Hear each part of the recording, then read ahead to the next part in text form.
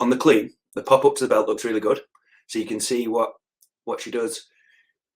You see, what a lot of people do with they lift it onto the belt from the floor onto the belt rather than popping.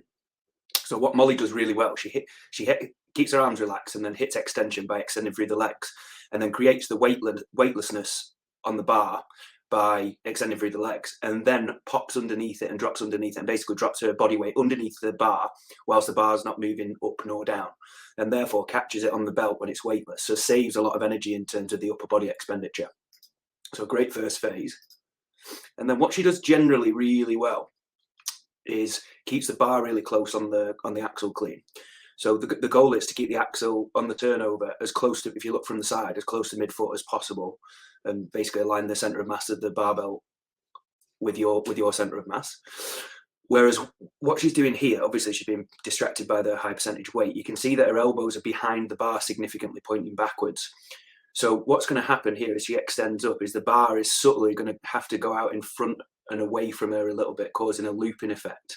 And then she's going to have to bring the bar back central in order to have a chance to receive it in the rack, which if she's then going to have to absorb the impact of the bar coming towards her rather than just going straight up and down and catching at the point of weightlessness. So you can see it kind of crashes back at her a little bit compared to usual. And then let's go have a look at the jerk. So the jerk there. So if we look at the dip and drive, she did the same principle. What she does here, the rack position looks really good, but she just goes to dip forward a little bit, which causes the bar to come away from her in terms of in front of the body. But also what she does is, if you watch it really closely, she dips too fast, which is a very common error. And she actually dips faster than the bar itself, so then creates a little bit of daylight in between her body and the bar as she goes to dip down. So this results in, when she starts to drive up, she's actually driving up against a bar that's traveling down, so creates like a crashing effect. And obviously those forces are opposing each other. So in this instance results in a fail, because it's the coupled thing of the dip being slightly forward, but also as she begins to drive, the weight's coming down. See if we can see the daylight. It's just subtle, but it's significant, and it's enough for her to miss. Let's watch again. So as she accelerates down, there's just that little bit of a bounce. So then she goes again. We give her these cues and we point out, we see if we can get the elbows a little bit further forward in the rack position rather than being so far behind the bar, which in turn will allow us to keep the bar closer on the turnover. And then on the jerk, we're looking for a more vertical dip in terms of bar path on the dip and drive, but also trying to keep connected a little bit better and a little bit more patient in terms of speed on the way down on the dip. So let's see. So this is a good angle. How you can still see that her shoulders are a little bit, her elbows are in a much better position. They're not pointing back quite as much. They're pointing more up towards the ceiling, and therefore she's going to have an easier time keeping this bar close and in a nice straight line as she turns over. So that looks really good, actually. Let's watch it again, the turnover here. And you can see it's almost vertical, straight up, straight down. There's no looping effect and causing it to crash out. So what you can see here is a lovely stacked rack position where the bar's connected to a torso, axle is right down to midfoot, through the joints are stacked, etc. Let's see from this angle if the dip's a little bit better on this one. So you can see that it's a lot better on this rep here.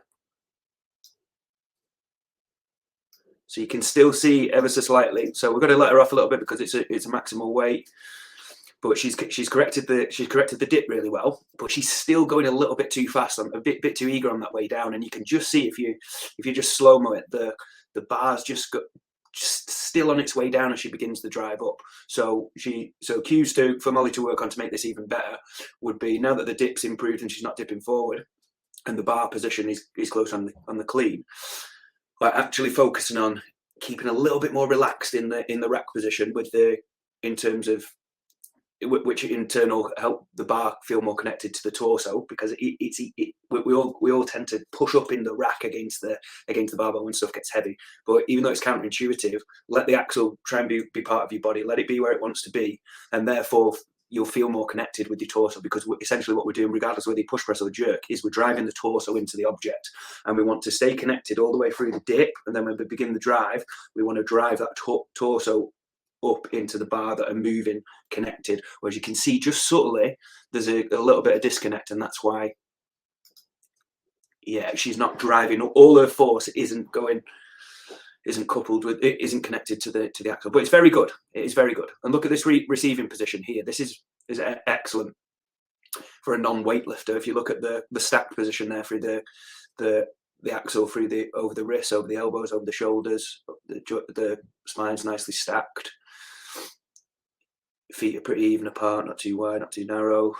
Good solid foot position there. So if she needed to go lower, she could go down a little bit lower without sacrificing the torso angle. So yeah, great stuff.